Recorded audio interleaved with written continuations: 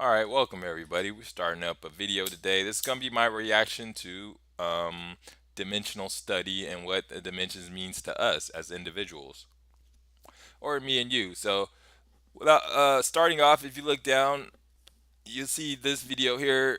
This is a student, and he talks about what he feels is the fourth dimension and how it works. Which very bright, very good insight.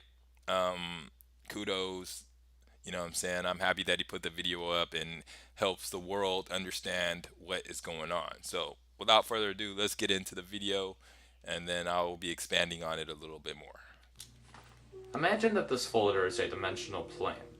Now, assuming that it is no height and no depth, what would this mean? It would mean that it's a one-dimensional world. So if, hypothetically, an organism was living inside of it, it would only be able to move in a linear path.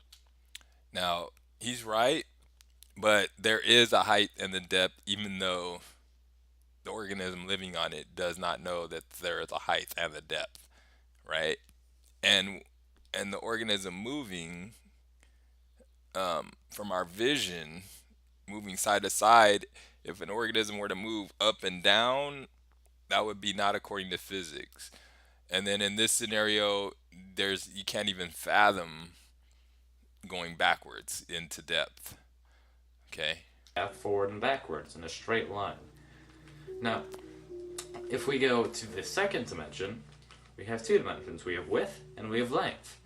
So hypothetically, if an organism lived inside of here, then it would be able to move. Now what we did, we're in the linear dimension, and one of the smallest measurements of that dimension that you cannot move, like if you moved up and down on a side to side line, if you move up and down, you're not moving according to physics, and that's like impossible to do in a one-dimensional field. So the smallest measurement, the thing that moves in the smallest measurement, not according to physics, is a clue to the next dimension, is what I'm getting at here. So now we're in the second dimension. We have a piece of paper. Up, down, left, right, and anywhere else in between. And a two-dimensional world is comprised of an infinite series of one-dimensional worlds stacked upon each other. Just as our three-dimensional. Yep, same thing with a piece of paper. You have a thin sheet of paper. The depth of that piece of paper, if you put a punch piece of paper stacked up, it'll create actual depth, so that then there's a cube. Dimensional world, which has depth and length and height, is comprised of an infinite series of two-dimensional worlds. So this. All right, so the link will be in the description if you want to go on and look at what he's talking about as far as like depth and how things are expanding in perception and what he thinks the fourth dimension is. But what I'm going to say is this. Now, according to what I've been saying, is the smallest measurement in our current dimension that does not behave according to physics during movement is a clue to the next dimension. In all circumstances, that was a fact. I forgot what they call it, like a static in science, whatever. So, what the question is in our current 3D, what does that? And does any, if you know anything about quantum mechanics, I think it's the electrons actually teleports. It doesn't move like that. It just it's just popping here and there. You know what I'm saying? They called it a cloud because they didn't know if they weren't able to track it fast enough. Then they realized it's just and basically what they're saying is if you split a molecule, right, in half like an electron, put one in Japan, one in freaking America, you alter one with like a die or something, or you change one a little bit, the other one over there will change instantly, even though it's on the other side of the world and nothing's touching it. Okay, it will change the same fashion. So what this means is they teleport. So teleportation is not behaving according to physics. You're not restricted by time or space. Now he's going to go on to say something about like he doesn't believe you can go back in time or anything like that. I don't think you can go back in time, but I don't think you're restricted by moving through time as if, like that, like a collision. You're just going to go right through any type of collision type of object. Being here or being on Saturn, boom, you're there. You don't have to worry about, because see, the universe is huge. So it only makes sense that the universe be something similar to the playing field of the fourth dimension where you're just here and there. Now we're going to get into what is all this stuff. How does this pertain to Earth? Okay, this is how it pertains to Earth because in every depiction from first dimension to second to third dimension, the organism that lived in that dimension had no clue of the next dimension, even though the next dimension was there, right? Because we're looking down, we are masters of the one, two, three dimensions. So we can look down on this one dimensional line and say there's a line, but we know that that line has height, width, and a depth. And then the piece of paper dimension, we can know, we know there's more. So, being that said,